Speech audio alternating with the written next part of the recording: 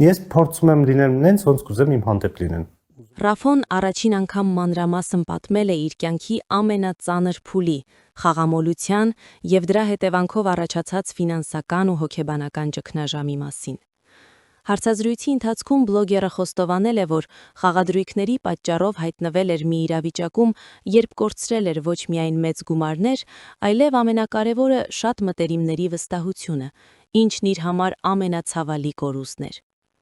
Խոսելով այդ ծանր վիճակից դուրս գալու փորձերի մասին, Ռաֆոն նշել է, որ իր համար ամենադժվար ու բեկումնային պահը եղել է հարազատներին ողջ ճշմարտությունը պատմելը։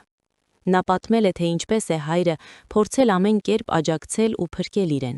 Նրանք միասին գնում էին գովազդային պատվերների ու նկարահանումների, որպեսզի Ռաֆոն կարողանա աշխատել, գումար վաստակել և աստիճանաբար հարթել ստեղծված խնդիրները։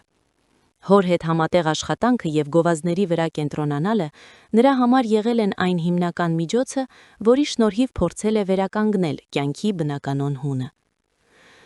Այդ փուլում ես կորցրել էի ինքնատիրապետումը, և դա մի ծուղակ էր, որից դուրս գալը պահանջեց հսկայական կամքի ուժ, նշել է նա, հավելելով, որ այսօր այդ ամենն արդեն անցյալում է։ Այսօր Ռաֆոն վստահեցնում է, որ իր օրինակով փորձում է զգուշացնել բոլորին հեռու մնալ ազարտային խաղերի վտանգավոր աշխարհից,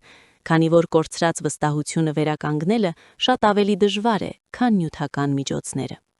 Հիշեցնենք, որ սա Ռաֆոյի ամենաանկեղծ հարցազրույցն էր, որտեղ նա բացահայտեց իր կյանքի մութ էջերը, նպատակ ունենալով ցույց տալ, որ նույնիսկ ամենածանր իրավիճակից հնարավոր է ելք գտնել հարազատների աջակցության և սեփական սխալներն ընդունելու շնորհիվ։